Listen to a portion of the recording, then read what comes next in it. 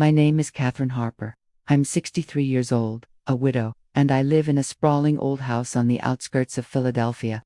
It's a beautiful place, with ivy climbing the stone walls, a small gallery of paintings I've collected over the years, and a garden bursting with marigolds that glow like little suns in the summer. But as I sit here, in a house that feels too big for one person, I realize it's not filled with things, it's filled with memories. Some are warm and bright, like the laughter of my children when they were small.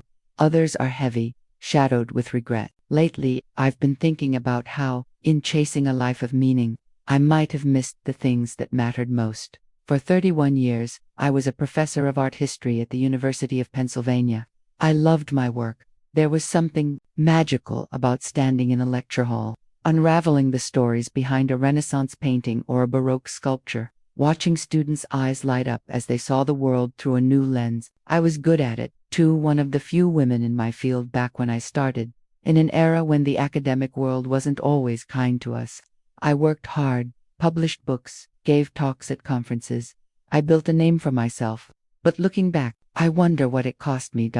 I met my husband William when we were both graduate students. He was studying journalism, always scribbling notes in a little leather-bound book, his eyes bright with curiosity. I was lost in art, sketching details from museum pieces. We fell in love fast, married in our mid-20s, and built a life together. A year after our wedding, our daughter, Abigail, was born. She was a bright, creative child, always drawing or sewing little dresses for her dolls.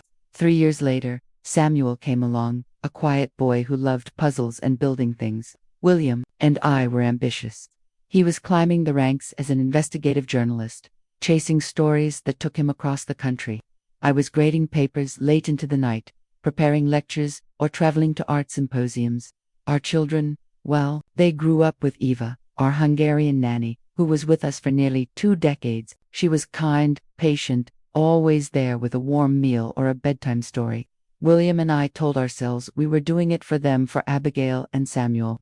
We're giving them a future, William would say, his voice firm, as if convincing himself. I'd nod, exhausted from a day of teaching, ignoring the pang of guilt when I realized the kids were already asleep by the time I got home. We weren't wealthy growing up. My father was an electrician, my mother a bank clerk, scraping by in a small apartment in Pittsburgh. William's parents were divorced, and his mother worked as a nurse, often pulling double shifts. We both knew what it was like to want more, to dream of a life where our children wouldn't have to worry about money. So we worked and worked. We bought this house, a grand century-old place with high ceilings and creaky floors, because it felt like a symbol of everything we'd achieved, a testament to our success. But now, sitting in my quiet living room, surrounded by books and paintings, I see it differently. This house isn't a home. It's a museum of moments I missed, of choices I made. The marigolds in the garden still bloom every year, but they feel like a reminder of the time I didn't spend with my children, teaching them to plant seeds or to love the world the way I loved art. I gave them everything I thought they needed: private schools, art supplies, gadgets, but I wonder if I gave them enough of myself. William used to call me Kate, a nickname that felt like a hug every time he said it. He'd tease me about getting lost in my research, but he was proud of me. I was proud of him, too. We were partners, building a life we thought was perfect. But perfection is a tricky thing. It blinds you to the cracks forming beneath the surface. And now, with William gone, and my career behind me, I'm left wondering where those cracks began and how they grew so wide. There's a photograph on my mantel, faded now, of Abigail at 16, standing in her school's art room, holding up a dress she'd designed for a fashion showcase. She's beaming, her eyes bright with pride, her hands smudged with chalk from sketching patterns. I wasn't there that day. I'd promised her I'd come, but a last-minute invitation to speak at a conference in Chicago changed my plans. I told myself it was just one event, that there'd be others. But when I got home, Abigail's smile wasn't the same. She didn't say much, just nodded when I apologized and handed her a brand new sewing machine. Top of the line, the kind she'd been eyeing for months. She thanked me, but her voice was quiet, and I felt a pang in my chest, like I'd missed something I could never get back. Samuel, too. I remember him at 12, practicing for a chess tournament, setting up the board on our dining table, his small hands moving the pieces with such focus. He asked me to play a match with him, to help him prepare. but I was buried in a stack of research papers, preparing for a lecture on Impressionism. Later, Sam, I said, barely looking up. Later never came. I missed his tournament. He won, second place, and when I found out, I bought him a sleek new tablet, one with all the bells and whistles for his coding projects. He took it with a shrug, his eyes avoiding mine. I told myself it was enough, that the gifts showed I cared. But deep down, I knew better, that William and I, we were always so busy. My days were filled with teaching, writing, traveling to museums and galleries. His were consumed by deadlines, chasing leads for his next big story. We'd come home late, exhausted, and find Abigail and Samuel already tucked in by Eva, our Hungarian nanny, who'd become more of a mother to them than I was some days. Eva knew their favorite foods, their fears, the stories they loved before bed. I'd peek into their rooms, see them sleeping, and feel a twinge of guilt. But William would put his arm around me and say, "Kate, we're doing this for them, for their future." I'd nod, clinging to that justification, even as the guilt grew heavier. We'd both come from modest beginnings. My father was an electrician, always tinkering with wires in our cramped Pittsburgh apartment. My mother worked long hours at a bank, balancing ledgers with a precision I admired but never inherited. William's parents split when he was young, and his mother, a nurse, worked grueling shifts to keep food on the table. We knew what it was like to scrape by, to dream of a life with more security, more opportunity.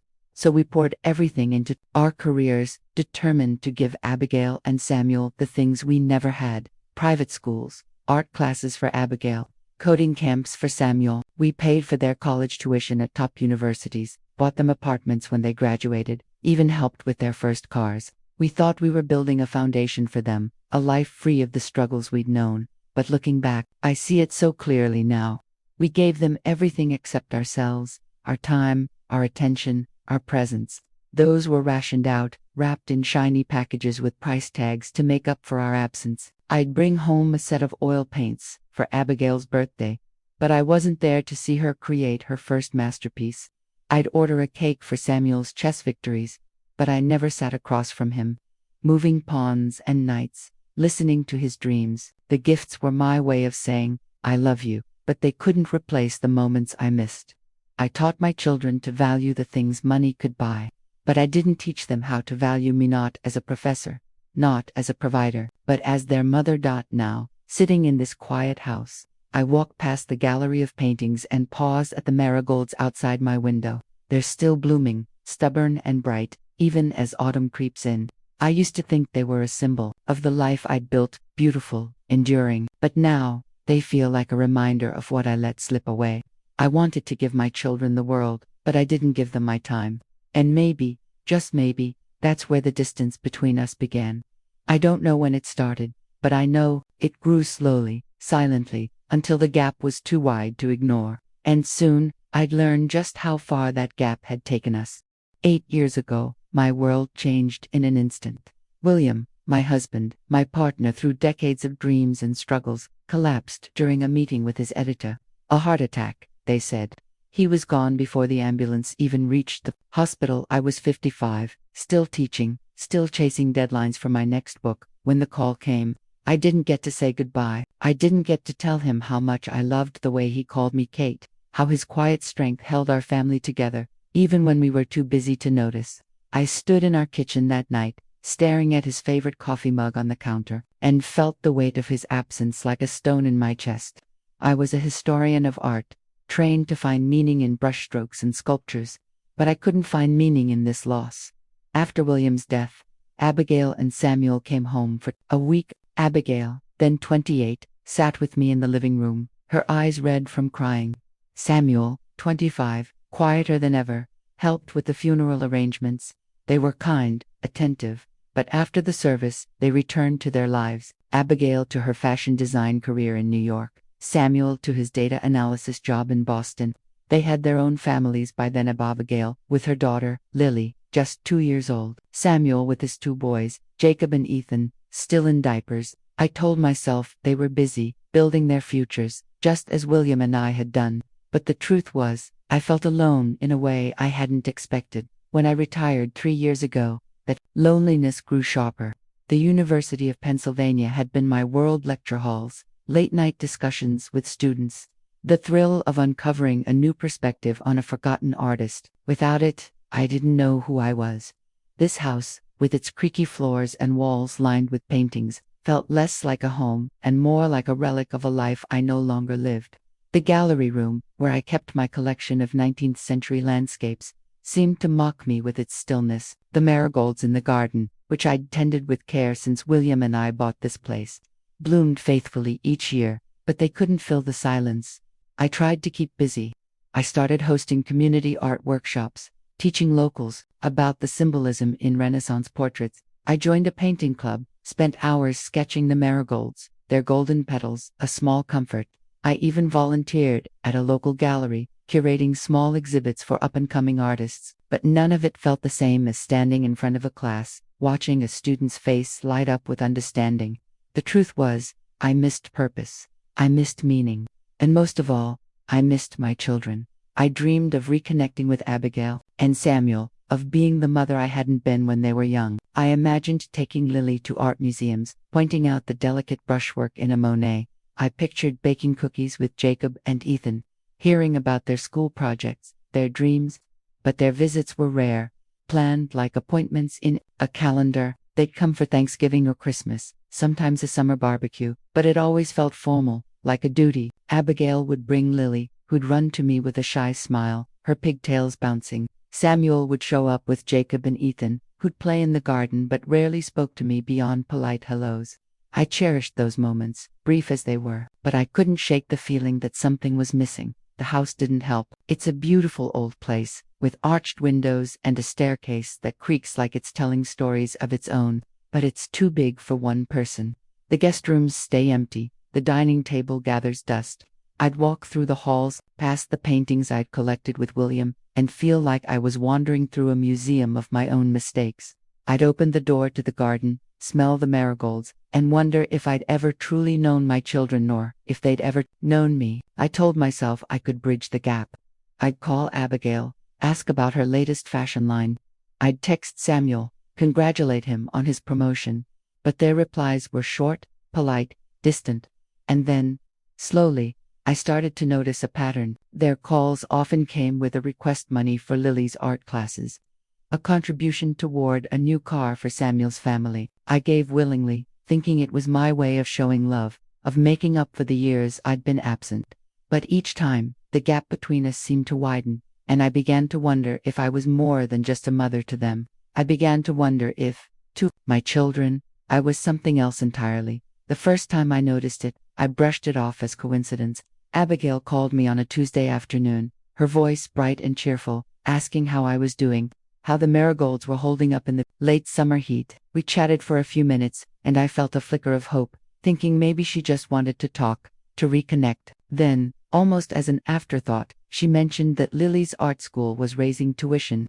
"It's such a great program, Mom," she said, her tone light but practiced. "But it's getting pricey.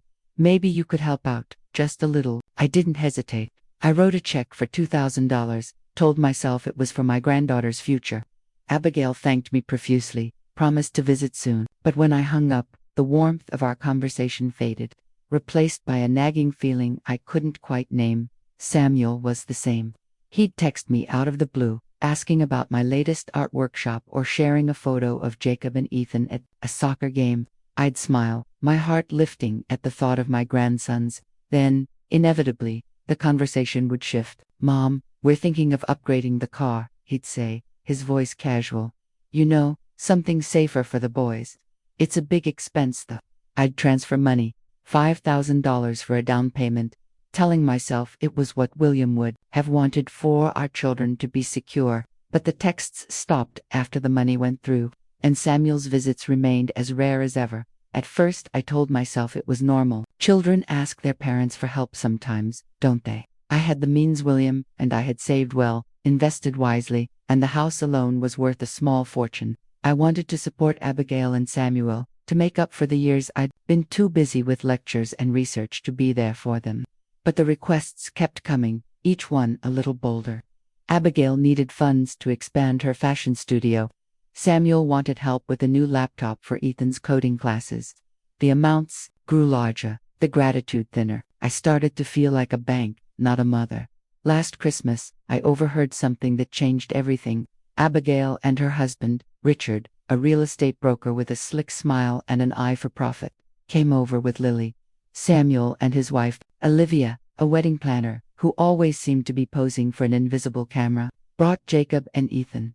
It was one of those rare family gatherings, the kind I'd dreamed of when I retired. I'd spent days preparing roastina turkey, decorating the dining room with garlands, even setting out the marigolds I'd dried from the garden as a centerpiece.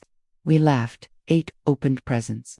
For a moment, it felt like we were a real family again. But after dinner, while I was in the kitchen making tea, I heard voices through the old air vent in the pantry. The house, with its creaky floors and thin walls, carried sound in ways I'd never noticed before.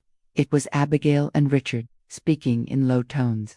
"She's got to sell this place," Richard said, his voice sharp. "It's too big for her, and the market's hot right now. We could use the money for the studio." Abigail sighed. "I know, but she loves this house. It's full of her precious paintings. We'll have to ease her into it." Then Olivia's voice, bright and cutting. "Come on, Abby, she's not going to live forever. That money's just sitting there, doing nothing." Samuel chimed in, quieter but firm. "It's not just the house. Her savings, too. We could pay off the boys' school loans, maybe start that new project I've been pitching." I stood frozen, the teapot trembling in my hands. My children, my own flesh and blood, were talking about me like I was an obstacle, a vault to be cracked open. I told myself I must have misheard, but they didn't mean it the way it sounded. I went back to the dining room, smiled, served the tea, but the words lingered, sharp as a blade. My birthday last year confirmed my fears. I woke up expecting a quiet day, maybe, a call from Abigail or Samuel, a card from the grandkids. By late afternoon, the phone hadn't rung. I sat in the gallery room, staring at a painting William and I had bought on our 10th anniversary, a soft landscape of a sunset over a field of marigolds.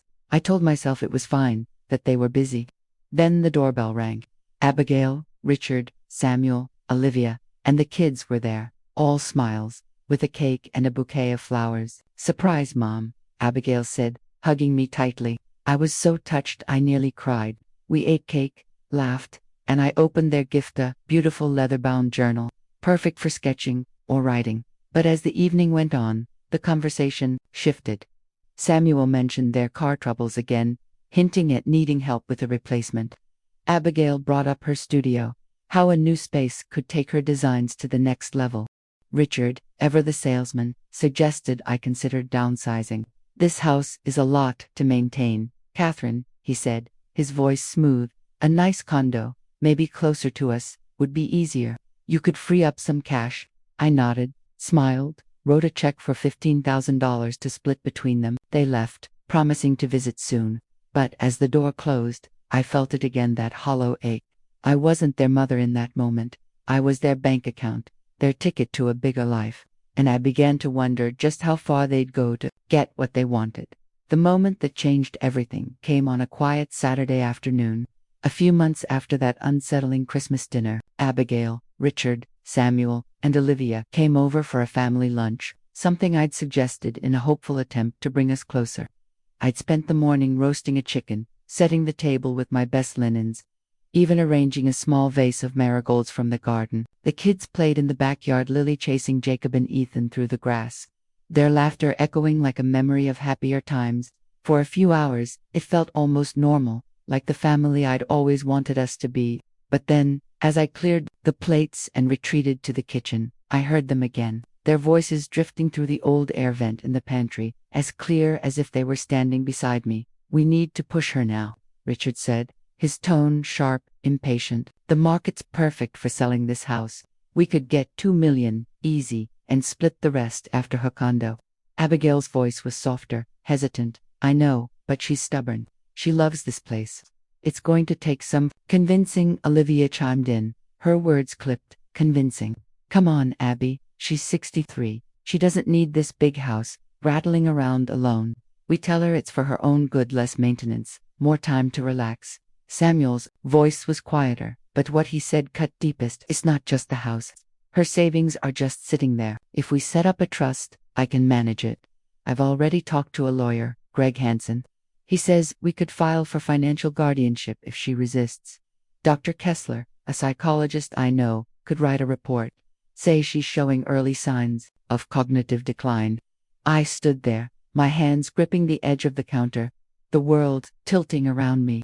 My own children were plotting to take my home, my money, my independence, financial guardianship, cognitive decline.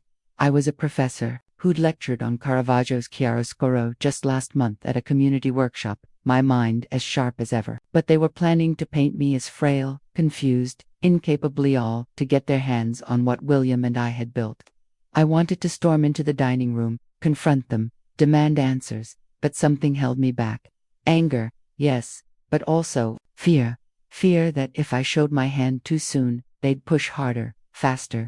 I needed to be smarter than that, so I kept quiet. I smiled through the rest of the lunch, nodding as Abigail talked about Lily's art classes, laughing at Samuel's stories about his boys. But inside, my heart was racing. That night, alone in my study, surrounded by books and paintings, I made a decision. I wasn't going to let my children manipulate me. I'd spent my life analyzing the stories hidden in art now. I'd uncovered the story they were hiding from me. I needed proof, and I needed a plan. The next morning, I called Helen, an old friend and retired lawyer who'd once been my neighbor. Helen had a sharp mind and a no-nonsense way of cutting through lies. "Kate," she said, when I poured out what I'd overheard, "this is serious. If they're talking about guardianship, they're not playing games. You need to protect yourself," she suggested, hiring a private investigator to dig into their finances and plans. It felt on my own children, but the memory of their voices, cold and calculating, pushed me forward. Helen gave me the name of James Sullivan, a former detective known for his discretion. "He's good," she said. "He'll find what you need." I met James at a small coffee shop the next day. He was in his 50s, with graying hair and a calm, steady gaze that made me trust him instantly. I told him everything: the overheard conversation, the lawyer, the psychologist, the talk of selling my house. "I need to know how far they're willing to go," I said, my voice trembling. "And why?" James nodded, jotting notes in a small pad. "I'll look into their financial situations, their contacts, this Greg Hansen and Dr. Kessler. I'll check if there's a buyer lined up for your house, too." "Give me 2 weeks," I agreed, though my stomach churned at the thought of what he might find. While James worked, I took other steps. I called Dr. Margaret Ellis, a neurologist I'd known from my university days, and scheduled a full cognitive evaluation. "I need a clean bill of health," I told her, explaining my fears without naming my children. She understood, her voice kind but firm. "We'll make sure no one can question your capacity, Catherine." The tests were thorough: memory, reasoning, problem-solving, and the results were clear. My mind was as sharp as it had been in my teaching days. I tucked the report away, a shield against any claims of cognitive decline. I also reached out to my financial advisor, Laura Bennett, who'd managed my accounts since William's death. "Laura," I said over the phone, "has anyone been asking about my finances?" There was a pause. Then she admitted Samuel had called twice, claiming I'd asked him to check on my investments. "I didn't give him anything," she said, "not without your permission." I thanked her, my heart sinking. Samuel, my quiet, thoughtful boy, was part of this, too. To keep up appearances, I played along with my children. When Abigail called to ask about my health, I mentioned I was considering a smaller place, maybe a condo. "That's smart, Mom," she said, her voice too eager. Samuel sent me brochures for retirement communities, glossy pamphlets with smiling seniors playing golf. I thanked him, asked questions, acted interested. But every conversation left me colder, more determined. I walked through my house at night, past the paintings William and I had chosen together, past the marigolds glowing under the moonlight, and felt a fire growing inside me. I'd spent my career uncovering truths hidden in art symbolism, secrets, stories. Now, I'd uncovered the truth about my family. James called 10 days later. "I've got something," he said. "It's not pretty." My heart pounded, but I told him to come over. That evening, sitting in my study, I braced myself for what he'd found. I thought I was ready, but nothing could have prepared me for the depth of their betrayal or the steps I'd take next to protect myself. For the first time in years, I felt like the woman who'd stood up to skeptical colleagues, who'd built a career in a man's world. I wasn't just a mother anymore. I was a fighter, and I wasn't going down without a fight. My 63rd birthday was approaching, and I knew it was time. Time to face my children, to lay bare the truth I'd uncovered, to take back the life they thought they could control. James Sullivan, the private investigator, had delivered a folder thick with evidence, bank statements, emails, even a draft of a guardianship petition. It was worse than I'd feared, but it gave me clarity. I wasn't going to let Abigail and Samuel, or their spouses, Richard and Olivia, manipulate me into giving up my home, my money, my independence. I needed a stage for this reckoning, and I chose the perfect one: a birthday dinner at La Belle Epoque, a luxurious restaurant in Philadelphia where William and I had celebrated our 20th anniversary. The owner, Antonio, owed me a favor after I'd helped him navigate a grant for a local art project years ago. When I called to reserve a private room and asked for a special setup, a projector, a screen, a moment to surprise my family, he agreed without hesitation. "Anything for you, Catherine?" he said, his voice warm with gratitude. I invited Abigail, Richard, Samuel, Olivia, and the grandkids Lily, Jacob, and Ethan for a family celebration. "It's a big birthday," I told Abigail over the phone, my voice light. "I want us all together." She hesitated, then agreed, her tone eager when I mentioned I'd made a decision about the house. Samuel was just as quick to confirm, asking if I'd looked at the retirement community brochures he'd sent. I smiled to myself, promising to discuss it at dinner. The trap was set, though my heart ached at the thought of what was coming. I loved my children, even now. But love doesn't mean letting yourself be used. The day before the dinner, I sat in my study, finalizing the presentation James had helped me prepare. It wasn't just his findings, forged signatures, emails to lawyers, whispers about my declining mind. I'd added something of my own, something they'd never expect. For a year, I'd been recording conversations in my home, using a small device hidden in the living room, tucked behind a painting of marigolds. I'd started after noticing how Abigail and Samuel's visits always ended with requests for money.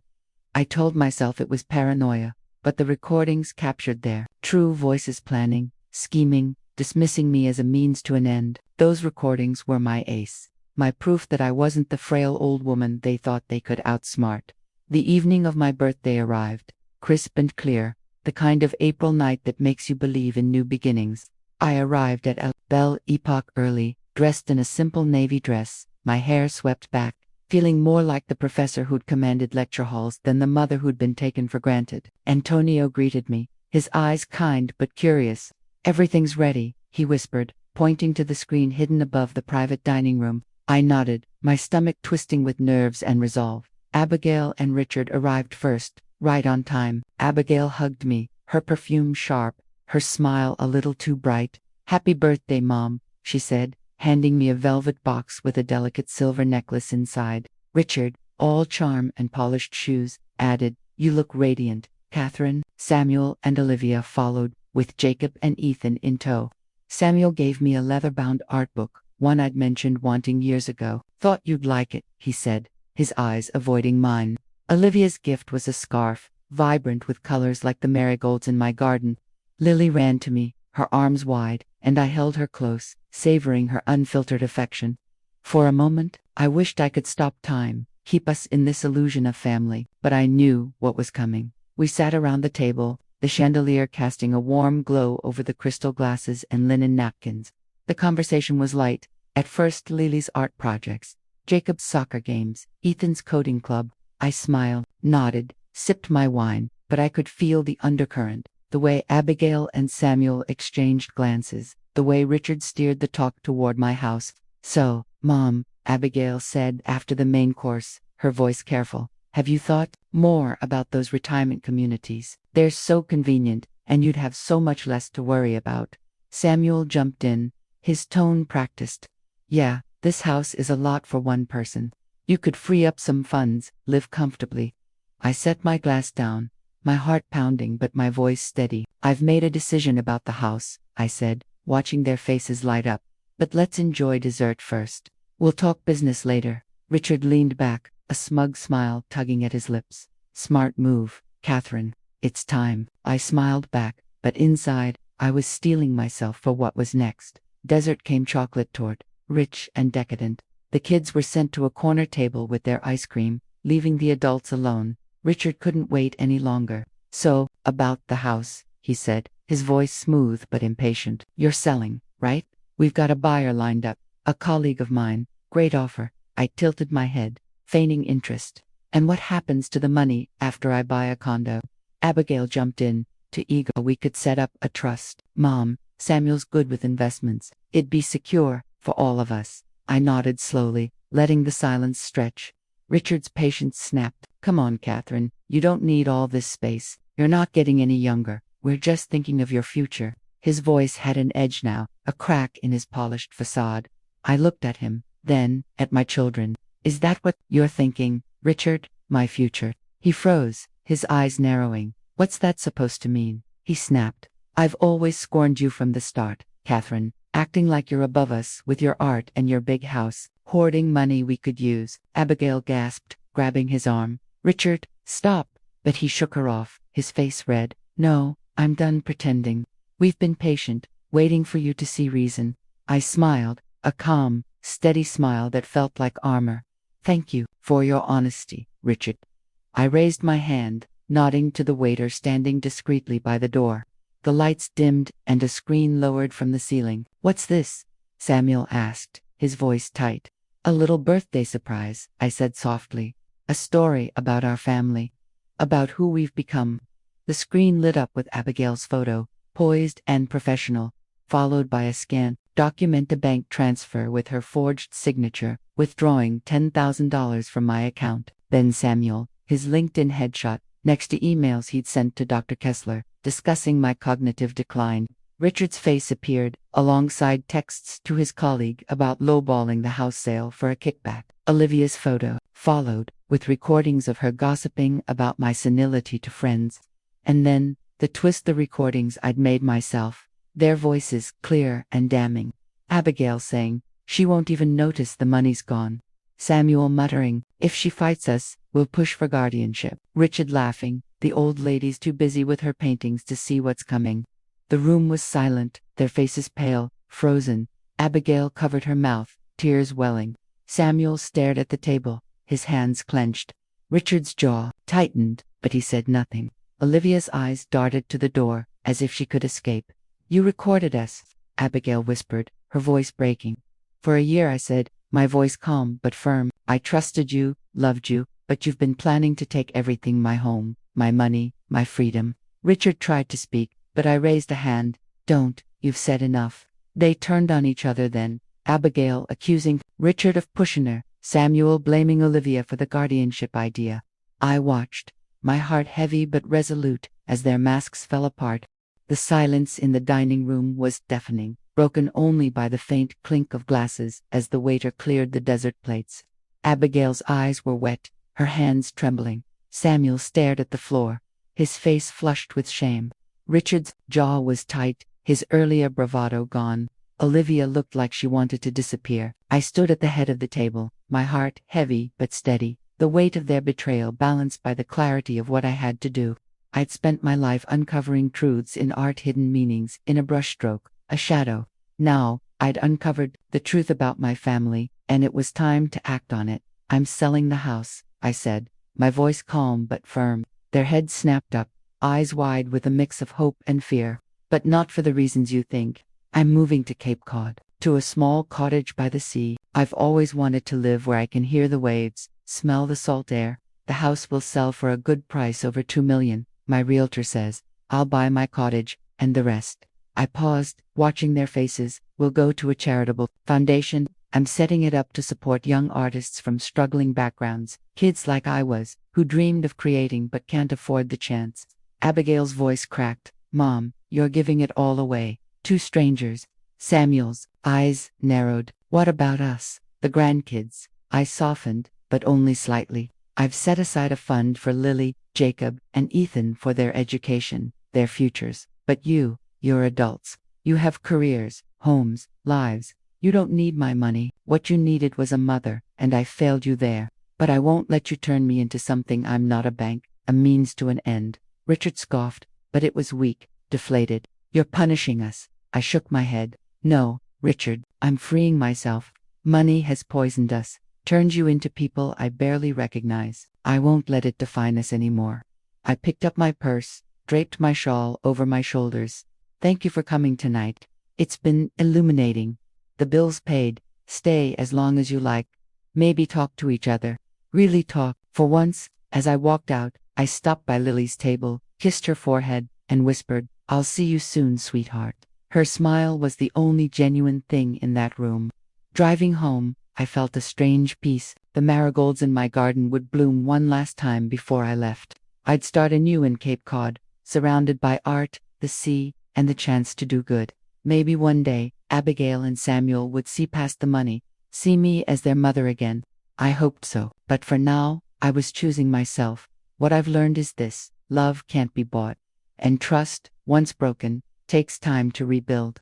But your life, your choices, your freedom, those are yours to protect. No one, not even your own children, can take that away unless you let them. I chose to hold on to mine, and in doing so, I found a new beginning. Standing by the sea in Cape Cod, with marigolds in my heart, I'm finally home.